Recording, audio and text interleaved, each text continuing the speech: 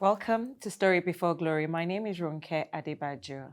My guest today is Akin Ladapo, and he'll be sharing a story about the journey of becoming a father. Welcome, Akin. Thanks for having me. I know I introduced you about the journey of becoming a father, but it was a journey, wasn't it? Yes. Before fatherhood came. Yes. Yeah. And I really wanted to have you on the show because we tend to hear a lot about women when they've had that waiting period or that transition period between marriage and when they have a child. But you don't necessarily hear men talk about it. So thank you so much for coming. And I really, really believe that many more people will be blessed by you sharing your story I hope so too. with us. Right. Okay. So how did you meet your wife? Well, I met my wife for me from church circles. Okay. We had a young adults kind of like group Right, okay. within the church at the time. And, it was a mixture of guys and girls and just young adults, young professionals, striving and preparing themselves for the journey in life. So it was just general interaction through those circles that I knew her. We were part of the steering committee. We were setting up initiatives. So we worked together, worked on tasks, projects to set up events. And that's how I really knew her, rather than just being someone in church, someone you collaborated with, worked with, and getting to know her as a person and as a friend. Okay. So was it the heart banging love at first sight flutters, or it just grew naturally? I'll say it grew naturally because it's funny. That might be safer, actually, isn't it? Well, Than the heart banging. I mean, Fluttering. the story can sometimes be dependent on perspective, controversial, but always loving and ironic. Because for me was a friend, and as you do amongst your friends, you look like, oh, is this someone who's suitable for me? Is this someone who, and already, in all honesty, said, no, not really. Despite, having the big sisters and the big brothers telling you to look to the left, look to the right, and you say like, nah, not for me. But there was a particular situation I'm involved in, Liberty, and I went to go visit her auntie to drop off some bags. And I think there was a particular moment that I saw her in a different dynamic. And it's seeing her in that dynamic that totally changed. What was that dynamic? Because I think it's important. Yeah. Well, the dynamic I saw her in was how she was interacting with her nieces and her nephews. And it made me see, I think there's no other way, as a mother. Yeah. And you could say, in that moment, you might as well say, the mother of my children. Yeah. And that changed my perspective of how I had perceived her before. It's really deep. How I was looking for a wife. I mean, not necessarily that most people go out looking for the mother of their children first, but it really changed a decision that I had made before. And from then I started to evaluate and relate to her to then explore that possibility, because where I worked, she was just across the bridge, literally. So we hook up. We just hook up for lunch, casual client interactions. Just chat. Like I said, we were still in the same church circles, organizing events. Sometimes I used to frequent other branches, and that helped me to see her to say, actually, I might have missed something. I think that's beautiful. Talking about the mother, how you saw the mother in her. Going through your own background, you lost your mom at the age of, was it 14? Yes. It was a bit young. Yeah. Okay, were you able to connect, I don't know, was that some kind of connection or, how did you feel? Or in terms of, was there any relation? No, I mean, there wasn't really in terms of like scene for me and my mother. And that might just be the fact that maybe there was a connection and I'm still unaware of that. But not necessarily. I think when I lost my mother at such a young age, it's kind of like funny how you transform yourself into, like survival mode. Yes. You could say. Yes.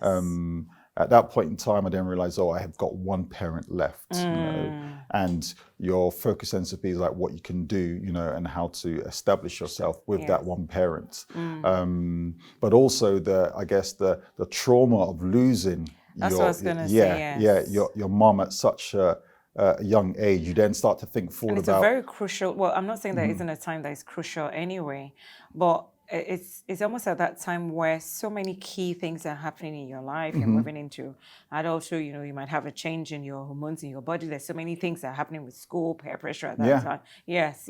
Yeah, no, definitely. And I think for me, it was interesting because you have two parents typically, you know, they have different personalities. One might be softer in some sense, and one is like a lot stronger in the other sense. And you lose that balance immediately. You lose that that shoulder to lead on, that person you can be open to in that respect. And in some situations, you don't find someone to fill it. Even if they do, they can't fill it as much. And then that can then affect how you start to relate or interact with people. Very true. Not necessarily entirely detrimental, but it can just be a bit more challenging. It could be, yes. And I know for myself personally, when I think even till today, it's difficult for me to relate to people when they lose people. Right, and as a result of that. And I think that dates back to when I lost my mum and how difficult it was for me to deal with that. As much as I sympathize with people, it's hard to even just do the simplest thing to say, I'm sorry for your condolences, which you do, but is it heartfelt? Can they really feel what you're feeling? Does it have value with them? And that echoes back, I think, to losing my mother. Yes. And how did that? So that meant your relationship with your dad, isn't it? That just picked up, isn't it? And yes, and it's a relationship I had to invest in progressively, and I think it's because I had made up that decision in my mind that I have one parent left. There's something that just like switched the value, you know, and made me pour it all into that. And sometimes that was not easy, you know, even with my other siblings, how they related to my dad, it wasn't easy. But I had the grace of God, and that I think somehow that decision factor. And I guess the conscious effort, yes, it was. And there were some times where, you know, quite frankly, I felt I could have just like left my dad to just be how he was in certain ways. But I guess it's the responsibilities that we have as Christians to our parents that said, you may not like it, but there's an obligation that we have that's given to us from God. If I move that into when you met your wife and some of the things that happened, can you share that in terms of what you shared with me and not agreeing with your dad on some of his views in terms of, okay, you've now found someone that you want to marry. There were a few things that you had a bit of, can you share that with us? Yeah, so, I mean, my dad, he was a very traditional individual, a very traditional man. Yes. I mean, thank God he's still standing strong at 82 to give some context of how his mindset might be. And he was very much of the school of thought as well. Hold on. You have to remember that I had known for me. She was already a friend. I was already just evaluating her suitability as a life partner. So I was, you could say in some way, I was on the fast lane. Yes. Where others were still trying to catch up and trying to understand, like, well, there's a process, there's a time frame that goes with this. It was like, well, no, know the person, 6-month evaluation. If it's a yay or nay, let's move forward. I like that, 6 months, yay, nay, we're moving. Rather than go for 6, 7, 8 years. So that was it. And because I always knew the person I would marry would be a friend. It wouldn't be an acquaintance. And some people have met through introductions, and that's fine for them. But for me, that's what I knew the story would be. So having a traditional view, you know, he was a bit, quite reserved, in all honesty. And he was even of the school of thought, like, well, you get married, yes, children are important. But before you even get married, why don't you have children first? And I was like, well, that's not the that's not our doctrine, you know, in the Christian faith. That's not how we go about marriage. You get married and then the children kind of like come. And with that, he had his other kind of like opposing views. You know how it is with marriages. Sometimes there's always some sort of struggle. I mean, if anyone had told me this before, that it wouldn't. It was like, we're getting married. Everybody, let's be happy. Let's get on with it. And then, and as shocking as it was to me, in a very strange way, it was like, it's the norm. It's like, how can this be the norm? But he had opposing views. And like, I guess from inside the family also had ways in which they wanted things to be done. Right, and then we had to navigate our way through that. And trying to get my dad to come around, I remember, speaking to some of my best friends, and they came around to try and reason with him. Right. Okay. Wow. Okay. So And you went that far. Reason with him. So the impacts on that when you then got married, especially because of what he said, as we begin to round up and go for a break, the impacts of that on what he said when you then got married, and then the babies were not forthcoming. Yes. What would you have experienced with him along that line? Well, it's one of those things where it's as we might do as humans, where it's like, I told you so. Yes. And dealing with that, I told you so, to him reaffirmed his point of view yes. and his belief system, yes. which was contrary to my faith system and my beliefs.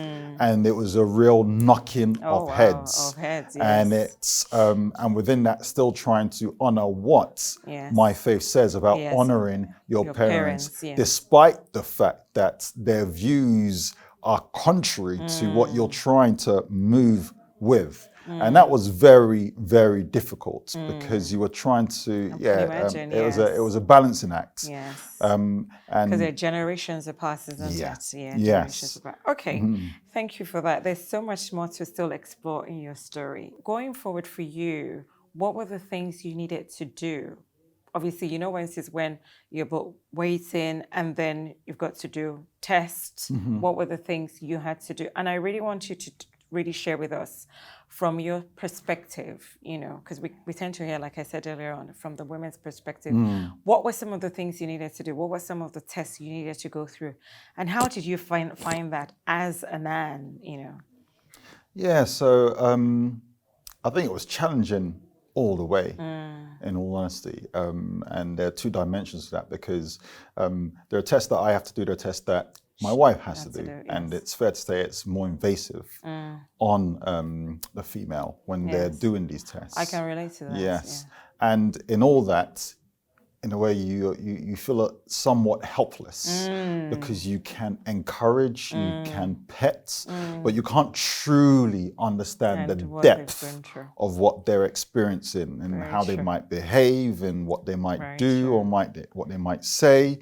And no matter how hard you try, you just can't. Yes. And so we do have a bit of snapping moments because, well, my story, we had a waiting period also. And I remember there times I would come out of some interviews and my husband would be trying to be like, just leave me for a few minutes. Yeah. There were. And one just had to try not to get upset about it. I think often we're taught about our faith and it's told that love your wife, as Christ loved the church and he gave his life, which is to say that yes, it may not be your fault. You might not have done anything wrong, but you still have to carry that cross as if it was your own. And that's not to say, obviously, that I'm perfect in my own ways. But she went through a series because we got married in 2011, and we said, well, we'll enjoy being newlyweds. Yeah, spend some time together. Yeah. Yes. Yeah. For like I say a year, my wife says no. My wife says 1 year. Yeah. I said, well, it's 2 years. So there's, and in fact, I right through, there was always that debate. But then, they were dealing with the contraceptives and getting that flushed out your system. Yes. And then from getting that flushed out your system to, well, okay, what's going on? And then examinations. So they discovered she had some fibroids and those could be blockers. Yes. So they're all the, and she had to go through surgery to remove those. And it was quite challenging and painful for her, and the recovery period. It's almost likened to having a cesarean section, before even having a baby. Yes, very so true. And they let you know the impact of that on future, childbirth situations that you might encounter. So it was all that, the recovery period, and it's and you having to deal with all that, obviously, receiving end. And it's a milestone because you have to get to that milestone and then you're trying again and still nothing is forthcoming. Right. And so that a year after she had the myomectomy to remove the fibroids, we didn't really see much happening. Right. Then we had to look into IVF. Yes, right. And then from what we understand from IVF, then they're going to inject you with all different kinds of hormones that affects your moods. Yes. And I think Swings. in between that, it's interesting about the challenges that you have as a man, Yes. because they're always like, well, best positions to conceive. You know? Right. Oh, you get that also. Yes, Oh, they were right. the best positions to conceive, or Right. the frequency of being intimate. Oh, yes. And that's another one. Yes. yeah, and you're always sometimes. It's almost like everybody's in your business, isn't it? Yeah. Yes. Oh, yeah. Oh, I remember some people, you know, helpingly, and that's the Yes, thing, yes. trying to make suggestions about how you might want to be intimate in one way or another, wow. as if, you know, yeah, and they're helping in the best way that they know can, how yes. to. And I think one thing that carried us along the way, and there were always these challenges that we had in the literally dealing with the reality of it, but we always had someone providing a word of encouragement, a revealed word, not just the Lord says this. It's like, oh, the Lord told me to share this with you. And you got a word yourself, which also was what yes, sustained I think that's really what sustained me right from the beginning, because I received the word literally within our first year of being married. Okay. And I held on to that word, but I didn't know how long it would take for that word to manifest. That's another thing. Yes, because there's a waiting period, isn't it? Yes. And all around, you're aware about people who have had their challenges in childbirth. You know, some people waited 15 years, some people longer, and you're there. And not in any way correlating to Abraham's experience, but it's like, Lord, you said this. But it also gave you a bit of confidence, but you're still wondering, how long will mine be for? How long will it take? You shared some things in terms of what you had to go through in terms of, you know, when you got to the IVF stage, you know. Please share that, because for me, that's very profound for a man, you know, in all, you know, dignity. But I know we've got the beauty of it now. Yeah. Yes.